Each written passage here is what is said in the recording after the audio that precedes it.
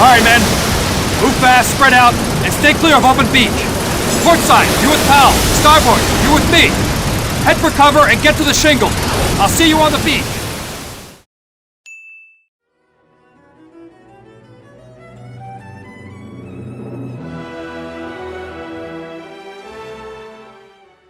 Hey guys, what's up? Excoundrel here, and today we're going to be covering not the top 10, because there are just too many good early 2000 greats, but the top 15 PC games from this era, and the era that I'm looking at is 2000 to 2005.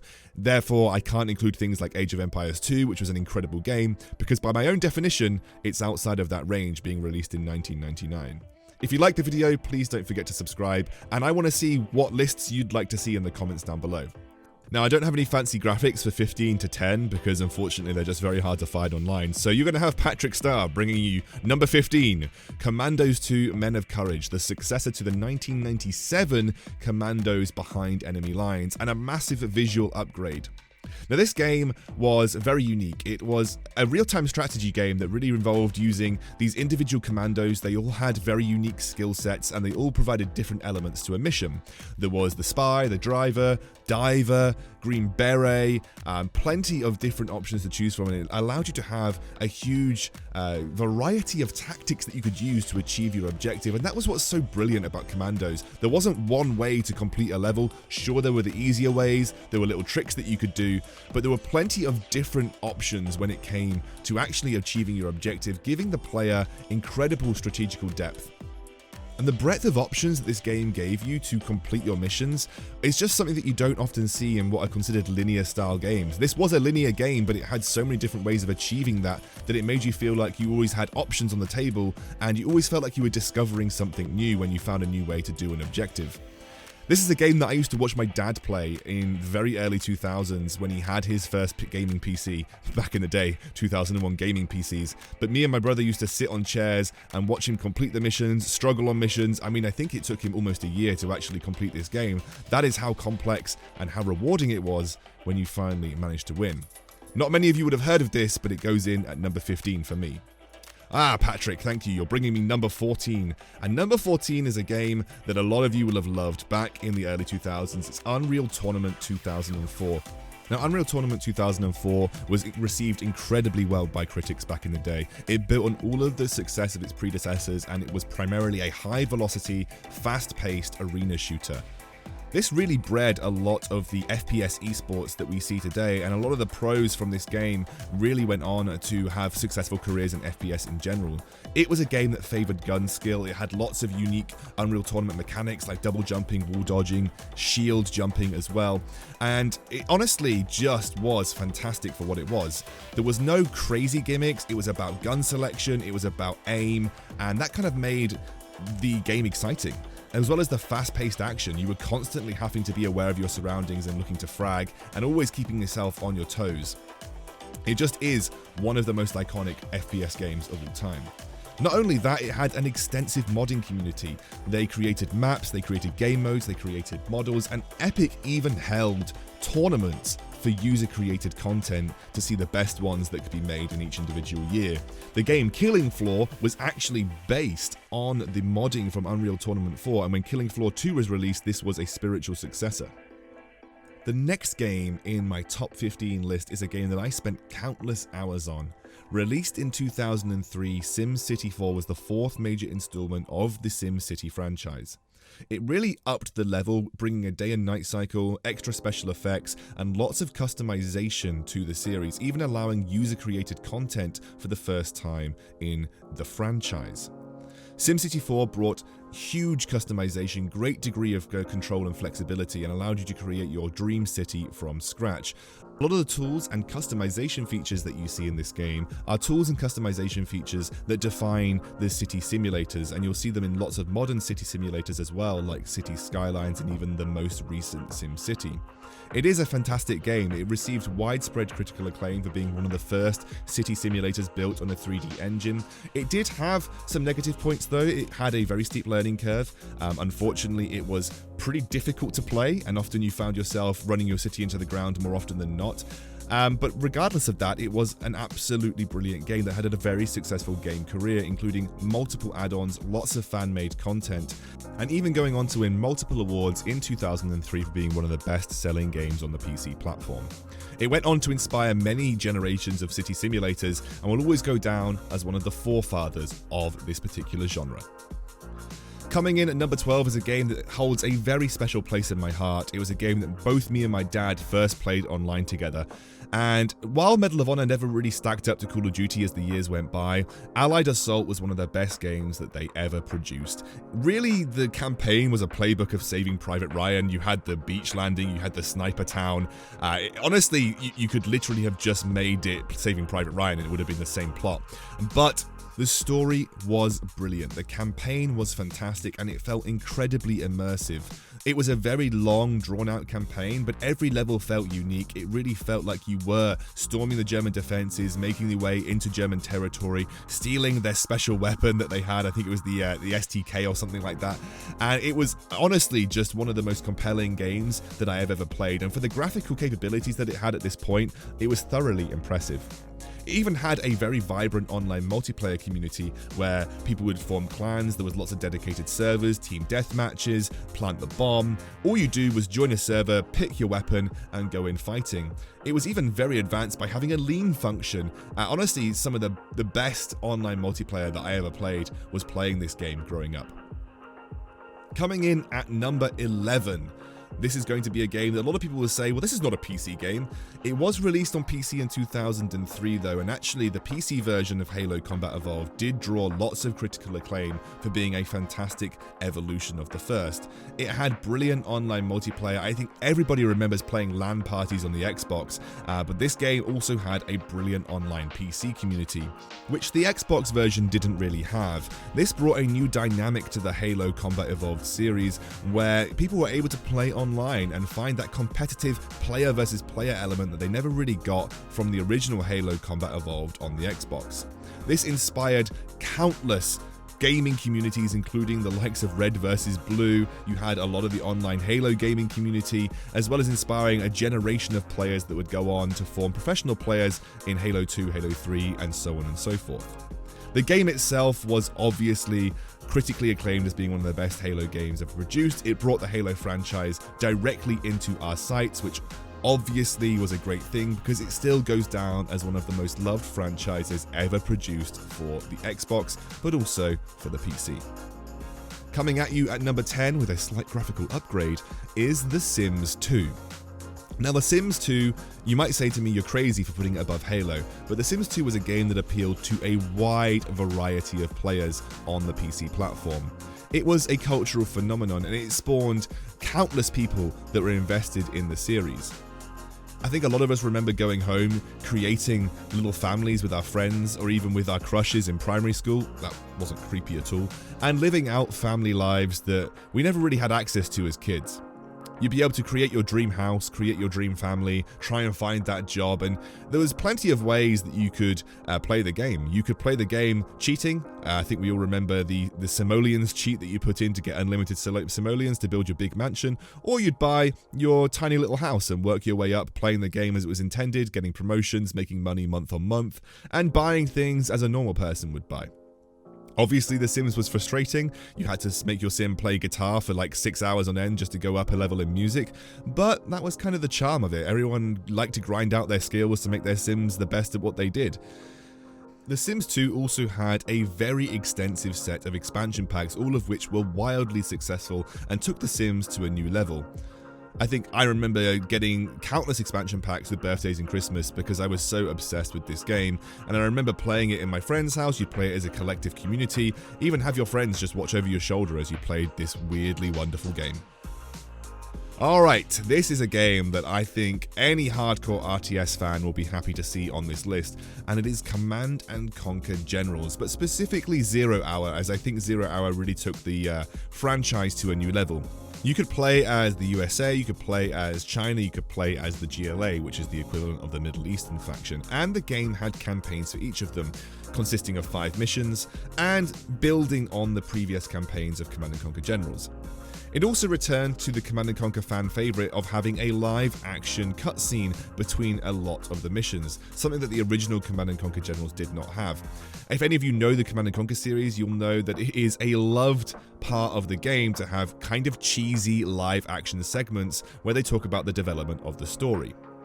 Command & Conquer Generals also had a very vibrant online community, lots of competitive online play, and it really spawned a lot of the RTS players that we know today. Command & Conquer Generals and the subsequent Zero Hour were the only games released in this line of the franchise ever. EA then moved a lot of the developers over to the Medal of Honor series, and by the time they chose to do a reboot of Command & Conquer Generals 2, playtesters in 2013 told them that it wasn't very fun, and EA ended up scrapping the series. EA then went on to look for new developers for the Command & Conquer Generals 2 game, but we have not heard anything since, which is a shame because it was such a fantastic game that was a breakaway from Red Alert 2 and the Tiberium series. Coming in at number 8 is a game that I'm sure a lot of you will hold in high critical acclaim. It is The Elder Scrolls Morrowind. This was one of the first Elder Scrolls games to have a really expansive open world, as well as being built on a 3D engine. It was a fantastic game in terms of the breadth of options that the player had, and even though some of the animations were wonky, some of the graphics were funny, I mean this Kaji literally looks like he needs to go to the toilet as well as his sprint looking incredibly weird. It just had so much depth to the game, and it was what started off the success of the Elder Scrolls franchise. Don't forget that after this, Bethesda went on to create multiple massive titles such as Oblivion, Skyrim, as well as the Fallout series, all based off the success of Morrowind and how much people loved this single-player RPG open world element. You could pretty much do whatever you wanted with your character, you could play as multiple races, and you could build them in multiple ways, giving you the freedom of being able to play the game the way that you wanted to. Morrowind was this first step for Bethesda, and it really kick-started the success of their company as well as the success of the subsequent Elder Scrolls and Fallout games. This was a game that I went back and played recently, and it really still lives up to everything that it was before. A brilliant game. Moving on to number 7, it is EVE Online. Yes, can you believe EVE Online was actually released in 2003 and has really lived up through all of those years? It is a longer online MMORPG than World of Warcraft in terms of its standing. EVE is one of those games that I think really hardcore people took very seriously.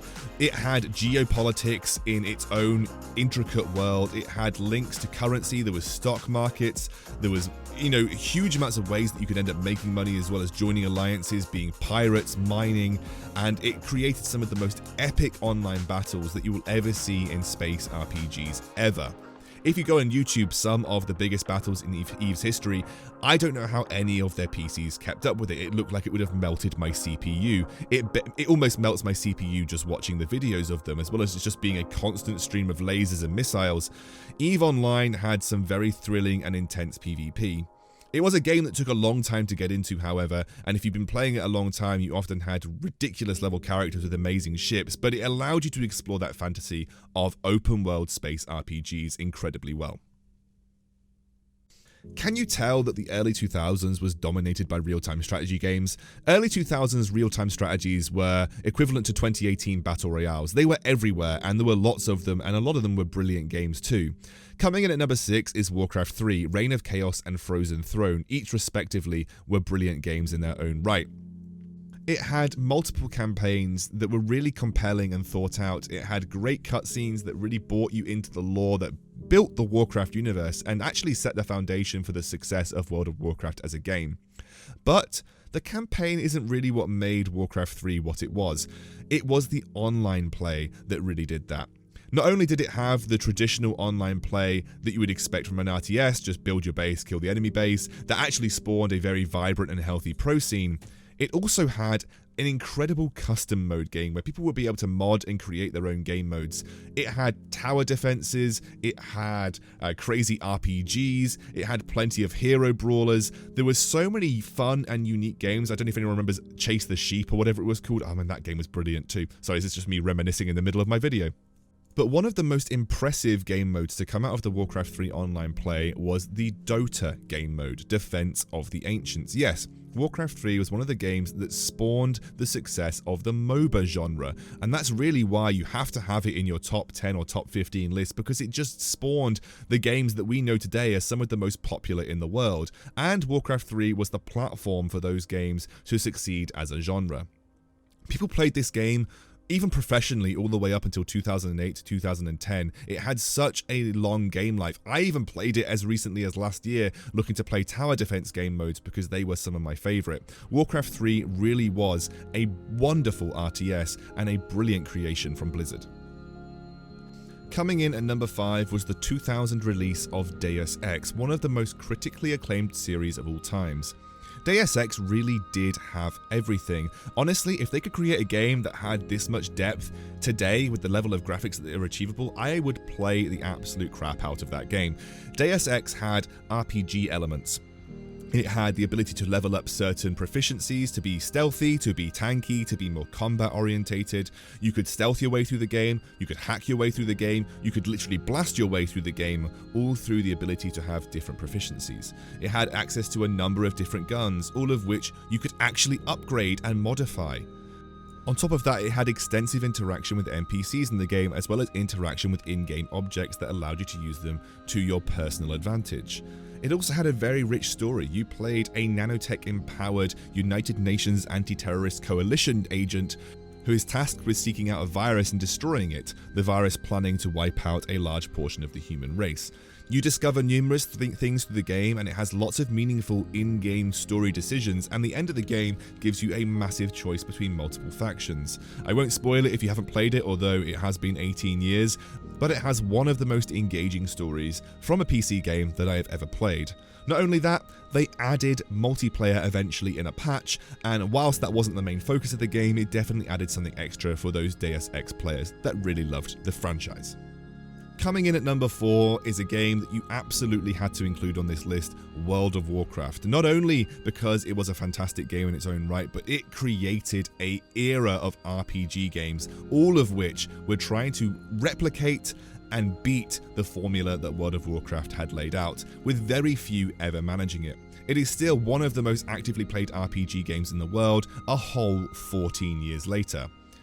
World of Warcraft, on its release, had something for everyone. You could play as two factions, Horde or Alliance, with a limited set of races and classes to choose from, but enough to give you huge variability in the kind of character you played.